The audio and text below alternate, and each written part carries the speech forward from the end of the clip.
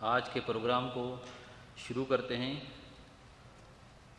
آج کا پہلا درس جس کا جو موضوع ہے محاسبہ نفس، یعنی اپنے نفس کا محاسبہ کرنا۔ یہ ایک انتہائی اہم موضوع ہے۔ ہم میں سے اکثر لوگ اس فکر میں جیتے ہیں کہ آج ہمیں کیا کرنا ہے، لیکن دراصل کامیاب وہی ہوتا ہے جو اپنے کل کی فکر میں جیتا ہے۔ کل یعنی اپنے آخرت کی فکر میں جیتا ہے، جس کی تعلیم ہمیں اسلام بھی دیتا ہے۔ اللہ رب العالمین نے فرمایا یا ایھا الذین آمنوا اتقوا اللہ، کہ اے لوگو جو ایمان لائے ہو اللہ سے ڈرو، ولتنظر نفس ما قدمت لغد، اور ہر نفس کو چاہیے کہ وہ دیکھے کہ اس نے کل کے لیے آگے کیا بھیجا ہے۔ تو اس موضوع پر یعنی محاسبہ نفس پر خطاب کرنے کے لیے ہمارے مقرر و خطیب حاضر ہوں گے، حافظ شاہد محمد شفیق حافظ اللہ۔ میں ان سے گزارش کرتا ہوں کہ وہ یہاں پر آئیں اور اس موضوع پر لب کشائی کریں۔ ان الحمد للہ نحمده ونستعینه ونستغفره ونعوذ باللہ من شرور انفسنا ومن سیئات اعمالنا، من يهده الله فلا مضل له ومن يضلل فلا هادي له، واشهد ان لا اله الا الله وحده لا شريك له، واشهد ان محمدا عبده ورسوله۔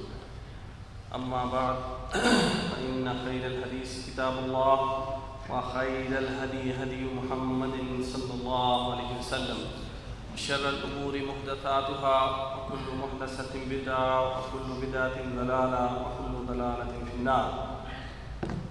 اما بعد فاعوذ بالله السميع العليم من الشيطان الرجيم من حمزه ونفخه ونفثه، بسم الله الرحمن الرحيم۔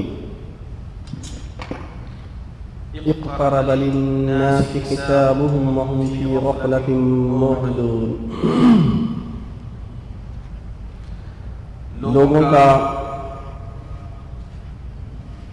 حساب اعمال کا وقت قریب آ پہنچا اور وہ غفلت میں پڑے اس سے منہ پھیر رہے ہیں۔ محترم بھائیوں، خواتین و حضرات، آج کا ہمارا مرکز دعوت الجالیات حلقہ فحائیل کا یہ اجتماع، جس کی ترتیب آپ نے سن لی اور اس کی تاریخ بھی آپ نے سن لی کہ 12 ستمبر 2019 اور ایک دوسری تاریخ بھی ہے، اور اسی تاریخ کی مناسبت سے میرا موضوع بھی ہے۔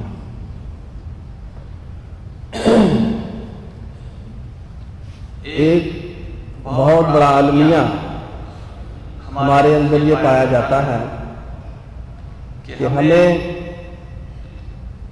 New year, happy new year کب ہوتا ہے یہ پتا ہے، جنوری کو ہوتا ہے،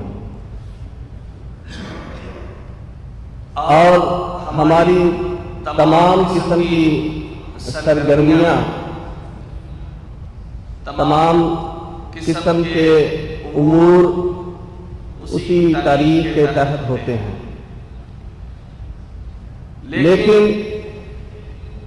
انتہائی افسوسناک امر یہ ہے کہ اگر میں یہ کہوں کہ سال نو شروع ہو چکا ہے تو بہت سے بھائیوں کے کان کھڑے ہو جائیں گے کہ نہیں وہ تو جنوری کو ہوگا، آپ کیا کہہ رہے ہیں۔ تو میں کہوں گا کہ ہم اللہ کے گھر میں بیٹھے ہوئے سب کے سب مسلمان ہیں، اور کوئی بھی یہاں کرسچن نہیں ہے، تو پھر کیوں ہم اپنے مسلمانوں کے کیلنڈر سے، مسلمانوں کے سال سے غافل ہیں؟ ہمیں پتہ نہیں کہ ہمارا سال شروع ہو چکا ہے، ہمارا ایک سال ختم ہو چکا ہے اور دوسرے میں ہم قدم رکھ چکے ہیں۔ 1400 41 اس کا آغاز ہو چکا ہے۔ یہ سن ہجری مسلمانوں کا 1440 اختتام کو پہنچ چکا ہے۔ مسلمانوں کا سن ہجری کس مہینے سے شروع ہوتا ہے؟ محرم الحرام سے۔ ہمیں صرف اتنا پتا ہے کہ محرم میں چھٹی آتی ہے، پردیش میں یکم محرم کو تو ہم پتہ چل جاتا ہے ہم کو کہ ہاں یہ محرم الحرام ہے۔ ہمارے ملکوں میں خصوصاً پاکستان میں 9 اور 10 محرم کو چھٹی ہوتی ہے۔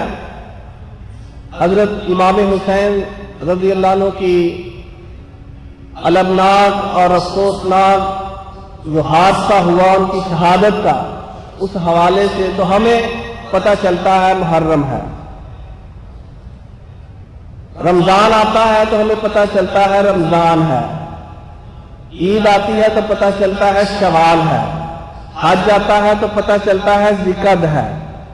شب برات آتی ہے تو پتہ چلتا ہے شعبان ہے۔ الا ماشاءاللہ اس کے علاوہ یہاں ہم نے جو نبی کریم صلی اللہ علیہ وسلم کی ذات اقدس کے متعلق ایک نئی عید گھر رکھی ہے، جشن عید میلاد النبی، تو پتہ چلتا ہے ربیع الاول ہے، وگرنہ ہمیں کوئی تاریخ کا پتہ نہیں چلتا۔ آج کتنی تاریخ ہے؟ کتنے بھائیوں کو اس کا پتہ ہوگا؟ آج 13 تھی مغرب تک اور اب 14 ہو چکی ہے۔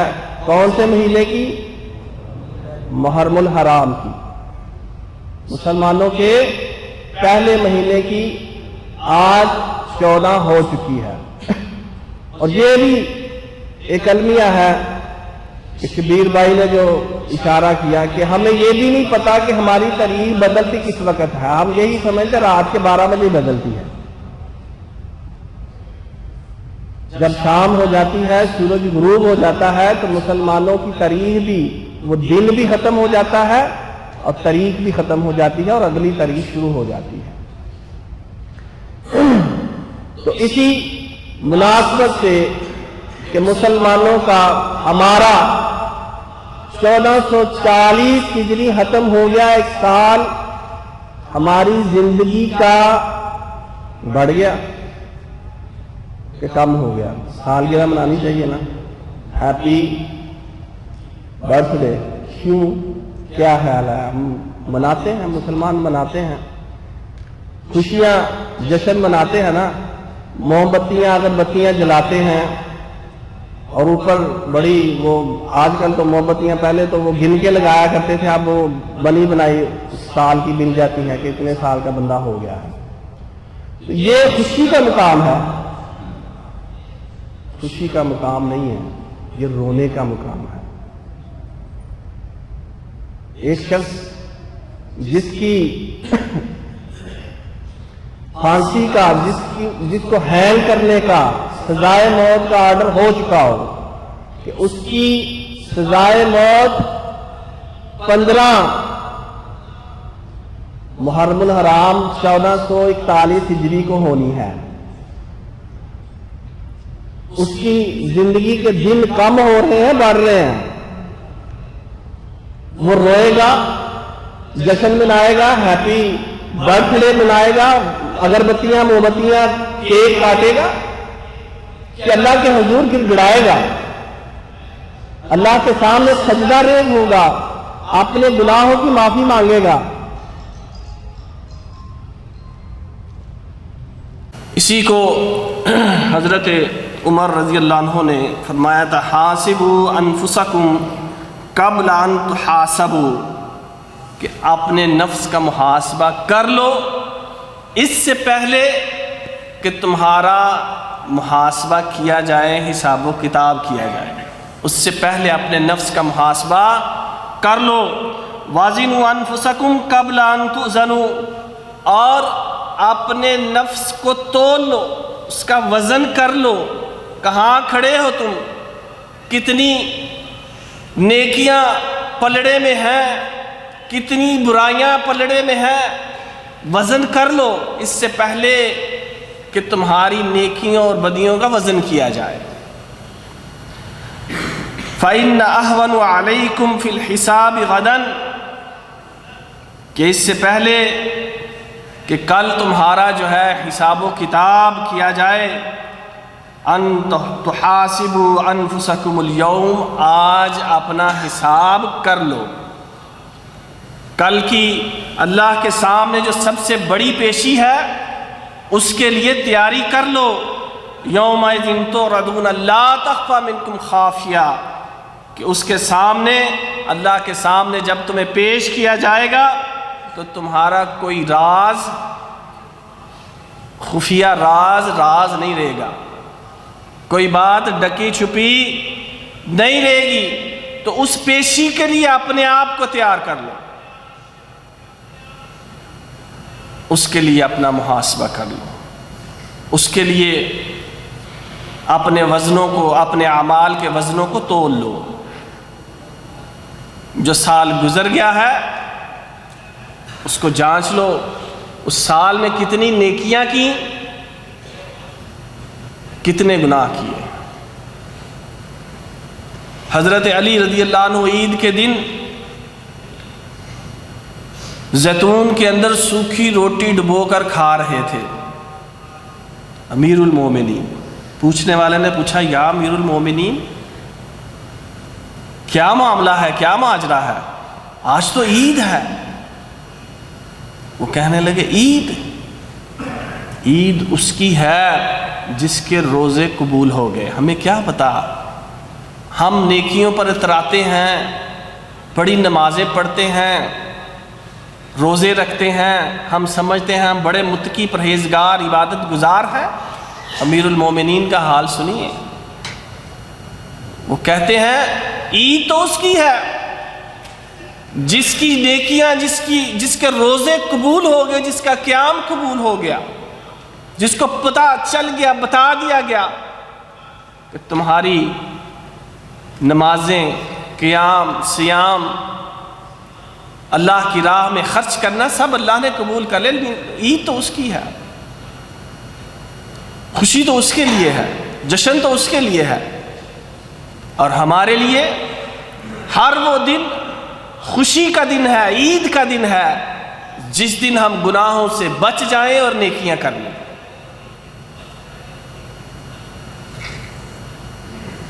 تو سال کے گزرنے پر ہمیں اپنا محاسبہ کرنا ہے، اپنے جو شب و روز گزرے، جو مہینے گزرے، جو دن گزرے، جو گھڑیاں گزریں، ان کو سامنے رکھنا ہے کہ آیا ہم کیا کرتے رہے ہیں،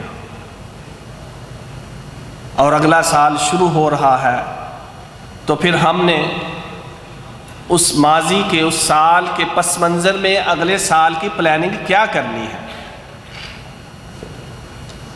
آپ جانتے ہیں کاروباری حضرات ہر سال کے اختتام پر ایک بیلنس شیٹ بناتے ہیں، کلوزنگ بیلنس شیٹ، اور ہر سال کے آغاز پر ایک اوپننگ بیلنس شیٹ بناتے ہیں۔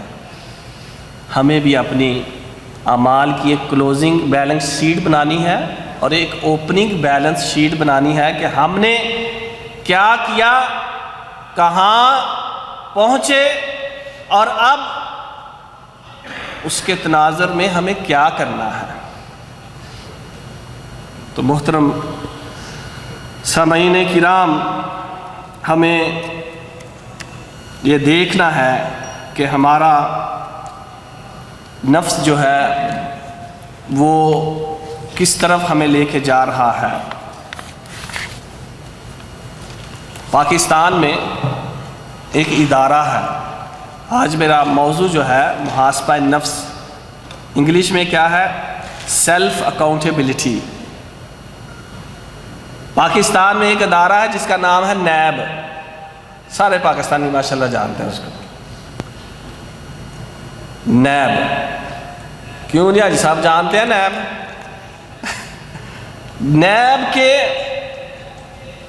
اس وقت پاکستان کے اندر بڑے چرچے ہیں۔ نیب کیا ہے؟ نیشنل اکاؤنٹیبلٹی بیورو، قومی ادارہ برائے احتساب۔ ہم اپنا احتساب کر رہے ہیں، نفس کا احتساب، تو وہ قومی ادارہ برائے احتساب ہے کہ آج کل اس ادارے کے قبضے میں سابقہ ایک پاورفل صدر ہے، سابقہ ایک 3 دفعہ کا وزیر اعظم، طاقتور وزیر اعظم جیل میں ہے، بہت سارے وزراء، بہت ساری مالدار ٹاپ کلاس کی شخصیات ان کے گھیرے میں ہیں، ان کے قبضے میں ہیں، ان کی کسٹڈی میں ہیں۔ اور جس گھر میں نیب جو ہے چکر لگا لیتا ہے، وہاں سمجھے صفِ ماتم بچھ جاتی ہے۔ ہمیں بھی اپنا نیب جو ہے، اپنا محاسبہ، اپنی اکاؤنٹیبلٹی کرنی ہے۔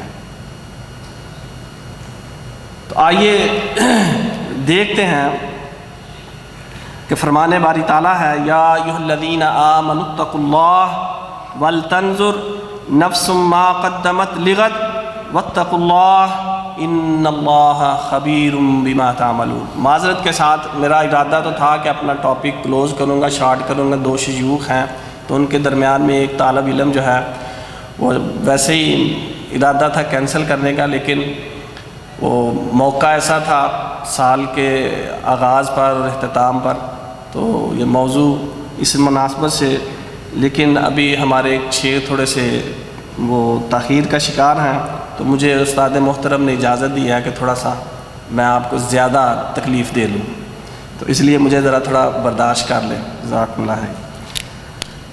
تو اللہ تعالیٰ احکم الحاکمین سورہ حشر میں فرماتے ہیں، یا ایھا الذین آمنوا اتقوا اللہ، اے ایمان والو اللہ سے ڈر جاؤ، ولتنظر نفس ما قدمت لغد، اور ہر شخص کو، ہر جان کو، ہر نفس کو یہ دیکھنا چاہیے، پرکھنا چاہیے کہ اس نے اپنے کل کے لیے کیا آگے بھیجا ہے۔ کل قیامت کے دن کے لیے اس نے اللہ کے سامنے پیش ہونے کے لیے، یوم الحساب کے لیے، یوم الدین کے لیے، جزا و سزا کے دن کے لیے اس نے کیا اکٹھا کر کے آگے پہ اللہ کے سامنے، اللہ کے حضور بھیج دیا ہے۔ اور یہاں ایک لمحہ کے لیے اگر ٹھہر کر ہم سوچیں تو زیادہ تر ہماری جو فکر ہوتی ہے، ہمارے لاشعور میں یہ چیز بیٹھی ہوتی ہے، نہیں ابھی تو عمر بہت ہے، کیا ہو گیا مولوی صاحب آپ کو، حافظ صاحب کیا کر رہے ہیں، ابھی تو کیا پتہ، ابھی تو ہمارے ہنسنے کھیلنے کے دن ہیں، ابھی تو ہماری عمر 40 سال ہوئی ہے، 45 سال ہوئی ہے، 50-60 سال ہوئی ہے، ابھی تو 100 سال کا ہم نے ہونا ہے۔ کوئی پتہ ہے کسی کو اپنی موت کا، کب کہاں کس وقت آ جانی ہے؟ ہم نے یہاں سے بھی اٹھ کے جانا ہے کہ نہیں؟ پتہ ہے جو سانس اندر گئی ہے اس نے باہر آنا بھی ہے کہ نہیں؟ تو ہر کسی کو دیکھنا ہے اس نے اپنے کل کے لیے کیا تیاری کی ہے اور کیا آگے بھیجا ہے۔ واتقوا اللہ ان اللہ خبیر بما تعملون، اللہ سے ڈرو کیونکہ بلا شبہ اللہ تعالیٰ تمہارے اعمال سے باخبر ہے۔ علامہ ابن قیم رحمہ اللہ کا قول ہے کہ یہ آیت محاسبہ نفس کی طرف اشارہ کرتی ہے کہ بندہ اپنا محاسبہ کر لے کہ ابھی اگر موت کا فرشتہ آ جائے تو کیا وہ اس قابل ہے کہ کل اللہ کے دربار میں جب پیش ہوگا تو وہاں وہ سرخرو ہو جائے گا، وہاں اس کے لیے کامیابی کا پروانہ اس کو مل جائے گا۔ یہ آیت کریمہ اس کے محاسبے کی طرف اس کو اشارہ کرتی ہے کہ کیا اس نے کمایا ہے اور کیا اس نے گنوایا ہے، کیا اس کی قیامت کی تیاری ہے، کیا اس کے نیکیوں کے پلڑے میں نیکیاں ہیں اور کتنی اس کے پاس برائیوں کے پہاڑ ہیں۔ محاسبہ نفس اس کی دو مین اقسام ہیں۔ ایک قسم ہے عمل کرنے سے پہلے اور دوسری ہے عمل کر گزرنے کے بعد۔ عمل کرنے سے پہلے کیا ہے کہ بندہ یہ دیکھے کہ جو کام وہ کرنے جا رہا ہے کیا قرآن و حدیث میں اس کی اجازت ہے، کیا وہ کام جائز ہے جو وہ کرنے لگا ہے۔ اگر تو جائز ہے، اجازت ہے تو بسم اللہ کر لے، کر گزرے۔ اور اس کر گزرنے سے پہلے بھی ایک اور کام بھی اس کو کرنا ہے کہ اگر اس کی اجازت ہے تو پھر اس کی نیت کا کیا معاملہ ہے، اخلاص ہے، ریاکاری تو نہیں ہے، اللہ کی خوشنودی ہے یا لوگوں کی داد و حشم چاہنا ہے۔ یہ پہلی قسم ہے کہ اپنا محاسبہ کرنے کے لیے جب بندہ کام کوئی کرنے لگا ہے تو اس کو غور فکر کر لے کہ یہ کام قرآن و سنت کے مطابق ہے، اس کی اجازت ہے تو ٹھیک ہے، اس کو کر لے اور اپنی نیت کو بھی خالص اللہ کے لیے کر لے۔ اور جب بندہ کام کر جائے تو پھر اس کی دوسری قسم جو ہے اس کے کام کرنے کے بعد پھر اس نے کیا کرنا ہے، اس کی بھی مزید 3 قسمیں ہیں۔ پہلی قسم یہ ہے کہ آیا جو وہ کام کر گزرا ہے، جو کام اس نے کر لیا ہے، وہ حرام تو نہیں تھا، ناجائز تو نہیں تھا، اللہ اس کے رسول نے اس سے منع تو نہیں کر رکھا تھا، کہیں گناہ کبیرہ یا گناہ صغیرہ کا مرتکب تو نہیں ہو گیا۔ اگر تو ایسا ہے تو پھر اس کے لیے اس کو اپنی ذات کو، اپنے نفس کو مورد الزام ٹھہرانا چاہیے۔ ہمارا جو وتیرہ بن چکا ہے کہ ہم دوسروں کو الزام دینے میں بڑی جلدی کرتے ہیں، نہیں فلاں جو مجھے لے گیا تھا کھینچ کے، میں تو مسجد کی طرف ہی جا رہا تھا، نہیں میں تو بڑا سیدھا جا رہا تھا، بس وہ فلاں نے مجھے جو ہے نا بھٹکا دیا۔ نہیں، اپنی ذات کو مورد الزام ٹھہرائے اور اس کا جواب دے، سمجھے کہ ہاں یہ مجھ سے حرام کا ارتکاب ہو گیا، گناہ ہو گیا، معصیت ہو گئی، نافرمانی ہو گئی، میں اس کا ذمہ دار ہوں، میں اس کا جواب دہ ہوں۔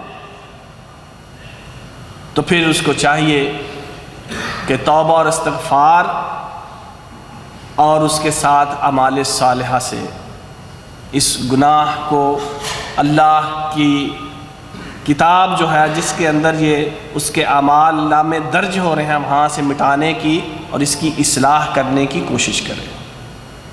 یہ اس کی پہلی قسم ہے۔ اور دوسری قسم یہ ہے کہ کوئی جو کام اس نے کیا ہے، ہاں وہ جائز کام تھا، مباح کام تھا، چاہے وہ معمولی سا کام ہی کیوں نہ ہو، اس پر بھی یہ فکر کرے کہ یہ کام اس نے کس کے لیے کیا تھا۔ جائز کام تھا، کر دیا، اب سوچے، فکر کرے کہ یہ کام اس نے کس کے لیے کیا تھا۔ کیا یہ کام کرنے کے لیے اس کی نیت کے اندر اللہ کی منشا، اس کی رضا مطلوب تھی، اپنی آخرت کی کامیابی مقصود تھی، یا کہ دنیا کمانے کے لیے اور دنیا میں دکھانے کے لیے اس کو کوئی جلدی تھی، اس نے دنیا کے لیے وہ کام کیا. یہ اس کی دوسری قسم ہے. اور تیسری اور آخری قسم یہ ہے کہ جو عمل صالح وہ بجا لایا ہے، اس عمل صالح کو پرکھے جانچے کہ کیا واقعی اس نے اس عمل صالح میں اللہ کا حق ادا کر دیا. اگر وہ عبادت اللہ کی خوشنودی کے لیے تھی تو اس کے اندر کتنی للہیت تھی، کتنا اخلاص تھا، کتنا اس عبادت کا حق اس نے ادا کیا. کمی تو نہیں رہ گئی، کہیں کوتاہی تو نہیں ہو گئی. ہم آتے ہیں نا مسجد میں سارے کام چھوڑ چھاڑ کے، مسجد میں آ کے کیا کرتے ہیں؟ عادتاً نماز ادا کرتے ہیں. سجدے میں پڑے ہیں، سبحان ربی الاعلیٰ کہہ رہے ہیں، اور سبحان ربی الاعلیٰ بھی عجیب ہمارا انداز، سبحان ربی الاعلیٰ، نہ مجھے پتہ میں نے کہا نہ میرے رب کو، کہ جس کی ہم تعریف اور حمد کر رہے ہیں، جس سے ہم کچھ مانگ رہے ہیں، اور ہم خیالوں میں ہوتے ہیں، اپنے ملکوں میں پہنچے ہوتے ہیں، اپنے کام کاج میں کھوئے ہوتے ہیں، اور جلدی اتنی کہ 2 ٹکریں ماری اور یہ جا وہ جا. یہ عبادت ہے ہماری. اپنی عبادت کو چیک کرے کہ اس نے جو کام کیا، جو عمل صالح بجا لایا، تو کیا واقعی اس نے اس کا حق ادا کیا یا کمی رہ گئی. میں نے پہلے جیسے ذکر کیا نا کہ جس کی سزائے موت کا آرڈر ہو چکا ہو، جوں وقت قریب آتا جاتا ہے، نبی کریم صلی اللہ علیہ وسلم نے بھی اس لیے فرمایا تھا کہ اپنی نماز کو جب ادا کرنے لگو تو آخری نماز سمجھ کر ادا کیا کرو. اللہ اکبر. اس مجرم کو پھانسی کے پھندے کی طرف لے جایا جا رہا ہے، اور وہ کہتا ہے یار 2 رکعت پڑھ لینے دو، بس اتنی سی تو مہلت دے دو. غور کریں اس کے 2 رکعت نفل کیسے ہوں گے. کیا اس کو جلدی ہوگی کہ میں جلدی جلدی سولی پہ لٹک جاؤں جا کے یہ ٹکرے مارے؟ غور کریں. ایسی نماز پڑھنے کی ضرورت ہے ہمیں. تو یہ کہ اللہ کی جو عبادت میں نے کی، واقعتاً ہم اس کا حق ادا نہیں کر سکتے، تو اس کی بھی دل کے اندر تھوڑی سی کسک رکھے، چبھن رکھے کہ آئندہ جو ہے اب نئے سال کے اندر پچھلے سال والی میری پریکٹس نہیں ہوگی. عادتاً میں عبادت نہیں کروں گا، بلکہ عبادتاً عبادت کروں گا. عبادت کو عبادت سمجھ کر اس کا پورا حق ادا کرنے کی کوشش کروں گا. ہم پڑھتے ہیں نا نماز کے بعد اکثر انگلیاں چلتی ہیں، سبحان سبحان سبحان سبحان سبحان سبحان سبحان اللہ اکبر اللہ اکبر. یہ ہم نے کیا پڑھا ہے؟ کیسے پڑھنا چاہیے؟ سبحان اللہ سبحان اللہ 33 دفعہ پڑھنا ہے. غور تو کریں کہ نبی کریم صلی اللہ علیہ وسلم نے یہ تسبیح فاطمہ جب بتائی تو یہ بھی کہا تھا کہ جو کر سکے اس کو پڑھ سکے، رات کو سوتے وقت جو پڑھے گا دن بھر کی تھکاوٹ اس کی دور ہو جائے. اول تو ہمیں ہمارا ایمان اور یقین ہی اتنا نہیں ہے. ہماری تھکاوٹ صبح اٹھتے ہیں ویسے ہی ہوتی ہے. جو پڑھ سکے، کیوں پڑھ سکے کہ جب وہ پڑھے گا پیار اور محبت کے ساتھ سبحان اللہ سبحان اللہ سبحان اللہ. میرا اللہ پاک ذہن میں ترجمہ بھی ہو اس کا، اللہ پاک ہے، ہر عیب سے ہر شرک سے پاک ہے. الحمدللہ الحمدللہ الحمدللہ. اللہ تیرا شکر ہے، اللہ تیری ہی ساری تعریفیں ہیں. تو نے آج کا دن میرا اچھا گزار دیا، نیکیاں کرنے کی توفیق دی، گناہوں سے تو نے بچا لیا. اللہ اکبر اللہ اکبر اللہ اکبر. اللہ تو ہی سب سے بڑا ہے۔ تو فرمایا کہ یہ جو کر سکے، کیا کر سکے، یہ پوری نہیں ہوگی، وہ سو جائے گا، اس کو نیند آ جائے گی، اور ہم ایک جھٹکے میں مار کے ادھر پھینکتے ہیں، باقی بھی ذکر و اذکار کر دیتے ہیں، نیند کا پتہ ہی نہیں ہوتا، پھر کوئی اور سوچے ہوں، پھر موبائل، پھر پتہ نہیں کیا کیا کچھ۔ تو محترم بھائیوں، ہمیں اپنی عبادات کو جو کر چکے پچھلے سال، اس کو اپ گریڈ کرنا ہے، اس کے اندر ہم نے خوش اسلوبی لانی ہے، اس کے اندر ہم نے مزید بہتری لانی ہے۔ اگر ہم 2 رکعت پڑھتے وقت پہلے 3 منٹ یا 1.5 منٹ لگایا کرتے تھے، تو اب 4 منٹ یا 5 منٹ کر لیں۔ اللہ کے نبی صلی اللہ علیہ وسلم نے اتنی دعائیں سجدے میں کی، رکوع میں کی، تشہد میں کی، ہم کو کیا آتا ہے؟ صرف سبحان ربی الاعلیٰ، سبحان ربی العظیم اور رب اجعلنی مقیم الصلاۃ اور قل هو اللہ، بس۔ اللہ کے نبی کھڑے ہوئے، صحابی رسول ساتھ کھڑے ہو گئے، سورہ بقرہ شروع کر دی۔ وہ کہتے ہیں میں سمجھا کہ ابھی آدھی پڑھیں گے، 100 رکعت پڑھیں گے، 100 آیات پڑھیں گے تو رکوع کر دیں گے، پوری پڑھ دی۔ سورہ نساء شروع کر دی، اس میں بھی سوچتا رہا ابھی آپ صلی اللہ علیہ وسلم رکوع کریں گے، ابھی کریں گے، وہ بھی ختم۔ آل عمران پڑھ دی، 5.25 پارے پڑھے، ہم تو قل هو اللہ پڑھ کے کہتے ہیں حق ادا کر دیا۔ اللہ اکبر۔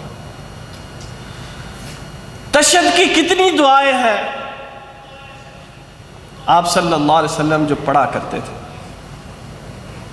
ہم ان کو یاد کریں، وہ پڑھیں، رکوع کی، سجدے کی، اپنی نمازوں کو، اپنی عبادتوں کو بڑھائیں، روزے رکھنے کی کوشش کریں۔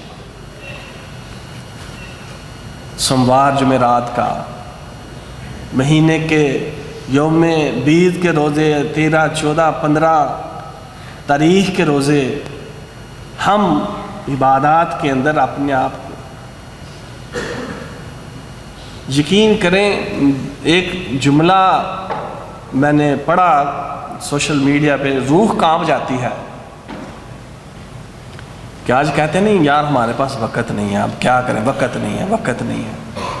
تو قبرستان کے باہر کسی نے لکھا ہوا تھا کہ یہ بھی کبھی کہا کرتے تھے وقت نہیں ہے، ان کے پاس بھی وقت نہیں تھا۔ تو اس وقت کے آنے سے پہلے وقت نکال لیں۔ اللہ اکبر۔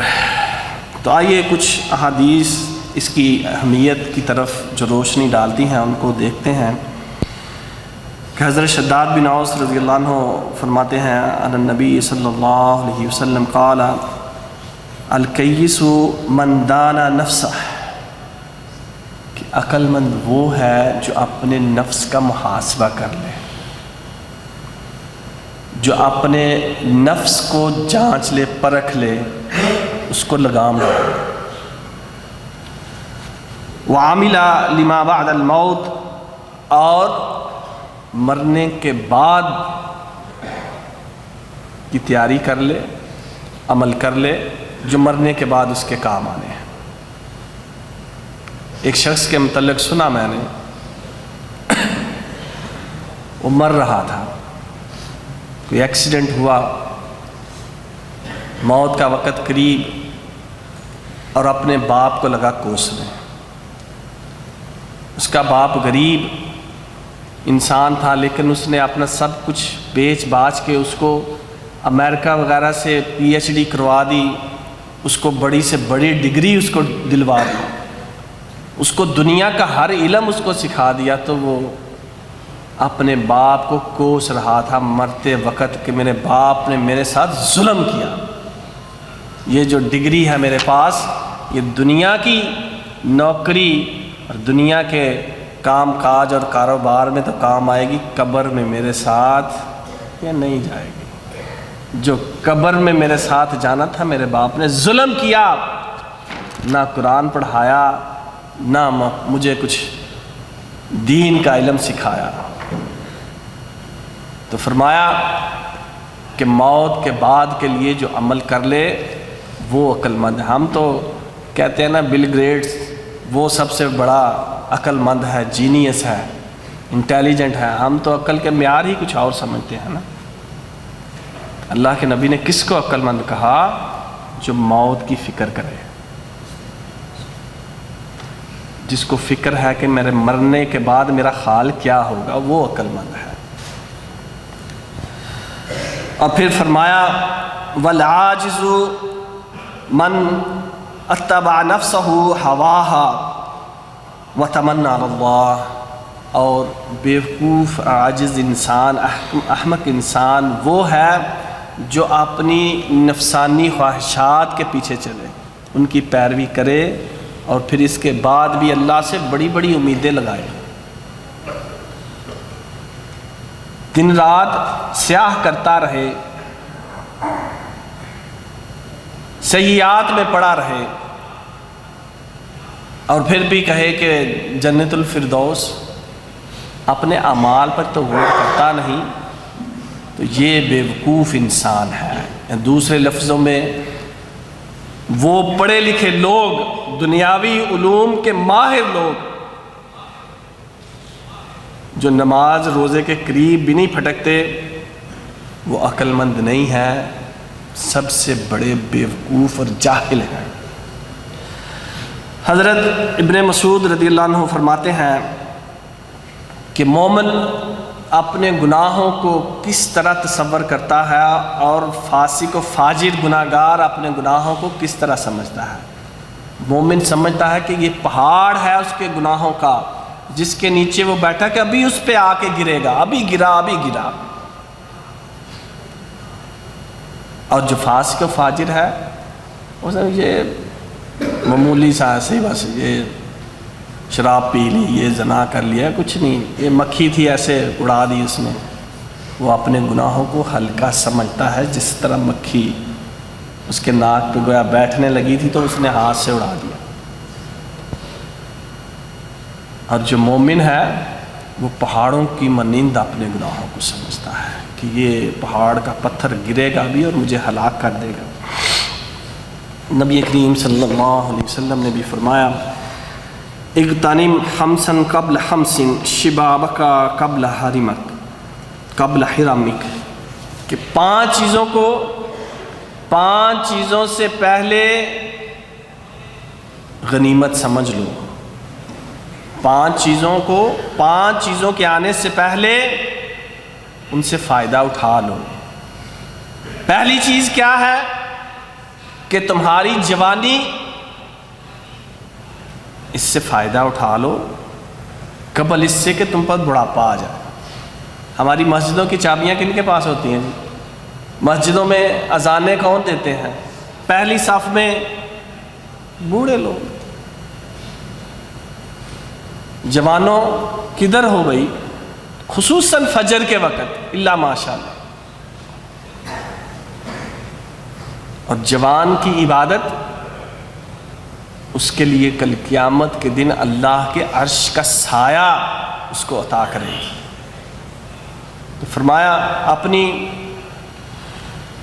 جوانی کو غنیمت سمجھ لو، اس سے فائدہ اٹھا لو قبل اس سے کہ تم بوڑھے ہو جاؤ اور پھر جوانی کی وہ توانائیاں نہ رہیں، وہ قوتیں نہ رہیں، عبادت اس طرح نہ کر سکو جیسے جوانی میں کر سکتے تھے، کہ گویا جس نے جوانی کو دیوانی نہیں بنایا اس کا بیڑا پار ہوگا، جس نے جوانی کو دنیا کے اندر ضائع کر دیا اس کے لیے مشکل ہے۔ وصحتک قبل سقمک، اور اپنی صحت کو اپنی بیماری سے پہلے، پتہ نہیں کب بندہ بیمار ہو جائے، کب اٹیک ہو جائے، یار اچھا بلا تھا یہ بس فلو کا اٹیک ہو گیا، بندہ نماز بھی صحیح طرح نہیں پڑھ سکتا، سجدے میں جاتا ہے جلدی یار کہیں ناک ہی نہ بہہ کے تو مصلے کو گندا کر دے۔ اپنی صحت کو غنیمت سمجھ لو اس سے پہلے کہ بیمار ہو جاؤ۔ وَغِنَاكَ قَبْلَ فَقْرِكَ، اور اللہ نے اگر کوئی 4 پیسے دیے ہیں، کوئی مال ہے، تو اس کو غنیمت سمجھ لو، اللہ کی راہ میں خرچ کر لو قبل اس سے کہ کب اللہ تعالیٰ کروڑ ارب پتیوں کو سڑک پہ لے آئے، ہماری آنکھوں دیکھے واقع ہیں۔ ہم نہیں کہہ سکتے یحسب ان مالہ اخلدا، نہیں، یہ ہمیشہ نہیں ہے، کسی کے پاس نہیں رہا ہمیشہ۔ تو اپنی مالداری کو، مال و دولت کو، تونگری کو، امیری کو فقیری اور غریبی آنے سے پہلے غنیمت سمجھ کے اس سے فائدہ اٹھا لو۔ وَفَرَاغَكَ قَبْلَ شُغْلِكَ، ہم کہتے ہیں یار نوکری نہیں ہے، کوئی کام دھندا نہیں ہے، کیا کریں، نماز میں بھی کیا دل نہیں لگتا تو کیا کریں۔ ہم فارغ ہوتے ہیں تو اللہ کی طرف زیادہ ہمیں رجوع کرنا چاہیے، اس سے پہلے کہ جب جاب مل جائے، کاروبار مل جائے، تو پھر بندے کے پاس ٹائم ہی نہ ہو اس طرح عبادت کرنے کا کہ جس طرح کرنی چاہیے تھی۔ تو فرمایا فراغت کو، فارغ ہو تو اس کو غنیمت سمجھو اس سے پہلے کہ تمہارے پاس وقت نہ ہو۔ اور وحیاتک قبل موتک، اور اپنی زندگی کو مرنے سے پہلے غنیمت جان لو، اپنی موت سے پہلے اپنی زندگی سے فائدہ اٹھا۔ اور اسی طرح ایک دوسری روایت میں فرمایا لا تزول قدم ابن آدم یوم القیامہ من عند ربہ حتی یسأل عن 5، کل قیامت کے دن بندے کے قدم اللہ کے دربار سے ہل نہیں سکیں گے جب تک کہ 5 سوالوں کے جواب نہ وہ دے دے گا۔ 5 سوالوں کے جواب صحیح دے گا تو اس کا وہاں سے چھٹکارا ہوگا۔ پہلا سوال عن عمرہ فیما افناہ، کہ جو عمر اللہ نے اس کو عطا کی، جو زندگی عطا کی، کہاں اس کو گزار کیا ہے، زندگی کیسی گزاری، اللہ کی فرما برداری میں، عبادت میں، یا کہ اس کی نافرمانی میں، گناہ میں، کیسے زندگی گزار کے آیا۔ وان شبابہ فیما ابلاہ، اور اس کی جوانی کیسی تھی، اس نے اپنی جوانی کو کیسے ضائع کیا، جوانی کے اندر کیا کرتا رہا۔ ومالہ من این اکتسبہ وفیما انفقہ، کہ جو مال ہم نے اس کو دیا، اس کے کمانے کے لیے کون سے ذرائع اس نے استعمال کیے، حلال تھے یا حرام تھے۔ ایک بندہ اللہ نے اس کے نصیب میں لکھ دیا ہے، جو اس کو ملا ہے یا ملنا ہے، یا اس کے اوپر ہے کہ وہ اس کو حلال طریقے سے کما لے یا حرام طریقے سے۔ ایک شخص کو حضرت علی رضی اللہ عنہ نے اپنی سواری پکڑائی لگام سمیت کہ یہ پکڑو، غلام تھا، میں ذرا مسجد نبوی میں 2 رکعت نفل پڑھ کے آتا ہوں۔ جب آئے تو دیکھا وہ شخص اس سواری کی لگام لے کے بھاگ چکا تھا۔ آپ نے ایک شخص کو 1 دینار دیا اور کہا کہ جاؤ سواری کے لیے، میرے جانور کے لیے ایک لگام لے کے آؤ۔ وہ گیا، وہ لے کے آیا، جب لایا دیکھا تو کہا یہ تو میرے ہی جانور کی لگام تھی، یہ تمہیں کہاں سے ملی ہے؟ فلاں جگہ ایک غلام بیچ رہا تھا۔ کہتے اللہ اکبر، کہ اس شخص کے لیے میں نے نماز پڑھ کے سوچا نکلتے ہوئے کہ ابھی میں جا کے اس کی اس خدمت پر اس کو 1 دینار دوں گا۔ اللہ نے لکھ دیا تھا اس کے لیے یہ دینار، اور حلال طریقے سے اس کو مل جانا تھا، لیکن اس نے حرام کو چن لیا اپنے لیے، حرام ذریعے سے اس نے اس کو کمایا۔ ہم بھی کرتے ہیں نا ڈگریاں،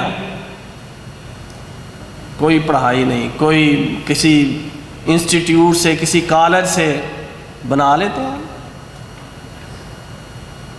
جس کے بغیر جو ہے اب نوکری نہیں ملتی، کیا کریں؟ اچھی بلی ہم اپنی جو اللہ نے جو لکھا ہے وہ ملے گا، توکل ہمارا کمزور ہوتا ہے، اس کو مضبوط کرنے کی ضرورت ہے۔ اور پھر فرمایا کہ اس مال کو پھر خرچ کہاں کیا؟ اللہ کی راہ میں خرچ کیا، اپنے بیوی بچوں پر خرچ کیا، یا حرام سے کمایا تھا، حرام ہی اس کو اڑا دیا؟ پھر مال کہاں سے کمایا، کیسے کمایا اور کہاں خرچ کیا؟ وَمَاذَا عَمِلَ فِي مَا عَلِمَ، اور جو علم حاصل کیا تھا اس کے مطابق عمل بھی کیا کہ نہیں؟ ایک اور بڑا المیہ ہمارے یہاں بھی اور ہمارے ملکوں میں بھی ہوتا ہے۔ تھوڑے دن پہلے میں اپنے نعیم بھائی کے ساتھ جمعے مسجد فہیل والی مسجد میں جمعہ پڑھانے کے لیے جا رہے تھے، تو لفٹ میں تھے، کچھ ساتھی تھے اپنے پاکستان کے، تو انہوں نے کہا آئیں نعیم بھائی نے کہ ادھر جمعہ ہے، آپ صاحب نے پڑھانا ہے، تو وہ کہنے لگے نہیں یار ادھر ہی پڑھ لیں گے۔ تو میں نے ان کو کہا ہاں اگر سمجھ آ گئی تو پھر عمل کرنا پڑے گا۔ اکثریت ہماری ان مجالس میں نہیں آتی کہ یار وہاں کوئی سن لیا تو پھر عمل کرنا پڑے گا، ہاں ہاں، نہ سنتے ہیں نہ عمل کرنا پڑے گا۔ تو کیا اس سے جان چھوٹ جائے گی؟ نہیں، جان نہیں چھوٹے گی۔ میں 5 سوال آپ کو بتا چکا ہوں کہ وہ جو ہے، یہ 5واں اس میں تھا کہ وہ اللہ کے دربار سے ہل نہیں سکے گا جب تک کہ ان کے جواب نہ دے لیں۔ سر جی ٹائم زیادہ تو نہیں، 5 منٹ چلیں، ابھی تو تھا میرا موضوع، کچھ کلوز کرنے کی کوشش کرتا ہوں۔ ہمارے اوپر دیکھیں اس مسجد کے باہر بھی لکھا ہوا تھا کہ اس مسجد کو CCTV کیمرے سے جو ہے مانیٹر کیا جا رہا ہے، اس کی نگرانی ہو رہی ہے۔ CCTV کیمرہ ہم لے ایک ایڈ چلتی ہے ہمارے پاکستان کے ٹیلی ویژن پہ کہ ایک بندہ اپنے پان اس نے منہ میں ڈالا اور تھوکنے دیکھا، اوپر CCTV کیمرہ تو ادھر ہی رک جاتا ہے، ایک کچرا پھینکنے لگتا ہے، ایسے ہی جب CCTV کیمرے کی طرف نظر پڑتی ہے تو وہ رک جاتا ہے۔ ادھر بھی دیکھیں لگا ہوا ہے، ہمارے اوپر بھی کچھ CCTV کیمرے لگے ہوئے ہیں۔ آئیے میں آپ کو بتاؤں گا۔ اذ يتلقى المتلقيان عن اليمين وعن الشمال قعيد ما يلفظ من قول الا لديه رقيب عتيد، کہ جب بھی وہ کوئی کام انسان کرنے لگتا ہے تو 2 لکھنے والے اس کے دائیں بائیں جو اللہ نے بٹھا رکھے ہیں، وہ کوئی ایسا کام نہیں کرتا، کوئی ایسا منہ سے لفظ نہیں نکالتا کہ وہ لکھ نہ لیں۔ کون ہیں وہ؟ وَإِنَّ عَلَيْكُمْ لَحَافِظِينَ كِرَامًا كَاتِبِينَ يَعْلَمُونَ مَا تَفْعَلُونَ۔ کرامن کاتبین CCTV کیمرے لے کے بیٹھے ہوئے ہمارے اوپر۔ اور کل امتی تدعی الی کتابها اليوم تجزون ما کنتم تعملون ھذا کتابنا ينطق علیکم بالحق، کہ ہر جماعت کو اس کی کتاب کی طرف بلایا جائے گا جو ہمارا نامہ اعمال لکھا جا رہا ہے، اور پھر اس دن جو وہ کرتے رہے تھے اس کا بدلہ ان کو دیا جائے گا۔ اور پھر فرمایا کل انسان الزمناہ طائرہ فی عنقہ ونخرج لہ یوم القیامہ کتابا یلقاہ منشورا اقرأ کتابک کفی بنفسک اليوم علیک حسیبا۔ ہم جب اس کو کتاب دیں گے نا تو کہیں گے کہ اپنی کتاب پڑھ لو، اس کو پڑھنے کے بعد تم خود ہی اپنے بہت بڑے محاسب بن جاؤ گے، خود ہی تمہیں پتہ چل جائے گا کہ تم نے کیا کیا تھا، تمہارا رزلٹ کارڈ تمہارے سامنے آئے گا، تمہیں پتہ چل جائے گا، تم خود اپنا حساب کرنے محاسب بن جاؤ گے۔ تو یہ کتاب جو ہے وَيَقُولُونَ يَا وَيْلَتَنَا مَا لِهَذَا الْكِتَابِ لَا يُغَادِرُ صَغِيرَةً وَلَا كَبِيرَةً إِلَّا أَحْصَاهَا وَوَجِدُوا مَا عَمِلُوا حَاضِرًا، کہ وہ کتاب ایسی کتاب ہوگی کہ بندہ کہے گا کیسی ہے، کوئی اس نے میری خفیہ بات، کوئی چھوٹی کوئی بڑی، کوئی اعلانیہ کوئی ظاہری، کچھ بھی نہیں اس نے چھوڑا، معمولی سے معمولی بھی نوٹ کر کے رکھ دیا، سب کچھ میرے سامنے آ گیا۔ تو یہ پھر اس کے بعد تیسری کتاب کہ فَمَن يَعْمَلْ مِثْقَالَ ذَرَّةٍ خَيْرٍ يَرَى وَمَن يَعْمَلْ مِثْقَالَ ذَرَّةٍ شَرٍّ يَرَى يَا بُنَيَّ إِنَّهَا إِن تَكُ مِثْقَالَ حَبَّةٍ مِّنْ خَرْدَلٍ فَتَكُنْ فِي صَغْرَةٍ أَوْ فِي السَّمَاوَاتِ أَوْ فِي الْأَرْضِ يَأْتِ بِهَا اللَّهُ، کہ جو کچھ بھی عمل کیا ہوگا وہ رائی کے دانے کے برابر بھی ہوگا، زمین و آسمان کی گہرائیوں کے اندر چھپا ہوگا کہیں بھی، اللہ اس کو بھی لا کے سامنے رکھ دے گا کہ یہ جو تم کرتے رہے یہ ہے تمہارے اعمال۔ اليوم نختم على افواہہم وتکلمنا ایدیہم وتشہد ارجلہم، اس دن منہوں کے اوپر مور لگ جائے گی، سیل کر دیا جائے گا، ہونٹ بند کر دیے جائیں گے، ہاتھ بول کر اللہ کو بتائیں گے، پاؤں اس کی گواہی دیں گے۔ یہاں تک ہی نہیں، فرمایا حتیٰ اذا ما جاؤوہا شہد علیہم سمعہم وابصارہم وجلودہم بما كانوا يعملون وقالوا لجلودہم لما شہدتم علینا قالوا انطقنا اللہ الذی انطق کل شیء، اس کے سارے اعضاء بول بول کر اللہ کو بتائیں گے یہ بھی کیا یہ بھی کیا، تاکہ جلد بھی بولے گی، وہ کہے گا تم میرے خلاف گواہی دے رہے ہو، کیوں بول رہے ہو؟ تو وہ کہیں گے اللہ نے ہمیں قوت گویائی دی جس نے ہر کسی کو قوت گویائی دی۔ حدیث میں آتا ہے کہ بندہ کہے گا یا اللہ میں نہیں مانتا کسی اور کی گواہی، مجھے اپنے نفس سے اپنی جان سے گواہی چاہیے، تو پھر اللہ تعالیٰ کہے گا کفا بنفسک اليوم علیک شہیدا، آج تیری جان ہی تیرے خلاف جو ہے گواہی دے گی۔ تو پھر جب یہ اعضاء بولیں گے تو وہ کہے گا بودن لکنا وسحقن فان کننا کنت انادلا، اور تمہارے لیے بربادی ہو، ہلاکت ہو، تمہارے اندر اور میرے اندر دوری ہو جائے، میں تو تمہارے لیے ہی اللہ سے جھگڑ رہا تھا، تم سے ہی، تمہیں بچانے کے لیے ہی تو میں جو ہے وہ یہ سارا اللہ کے سامنے کر رہا تھا۔ اور پھر اس کے بعد انا نحن نحیی الموتى ونکتب ما قدموا وآثارهم وکل شیء احصیناہ فی امام مبین، کہ بندے کے جو نشان پیچھے اس کے قدموں کے جس جگہ اس نے جو کام کیا ہوگا وہ جگہ بھی کل ہمارے لیے سی سی ٹی وی کیمرے کا کام کرتے ہوئے بولے گی۔ کیسے بولے گی؟ کہ اذا زلزلت الارض زلزالها واخرجت الارض اثقالها وقال الانسان ما لها یومئذ تحدث اخبارها بان ربک اوحی لها، زمین اپنی خبریں دے گی، یہاں اس نے سجدہ کیا تھا، یہاں اس نے گناہ کیا تھا، زمین بھی بتائے گی جہاں۔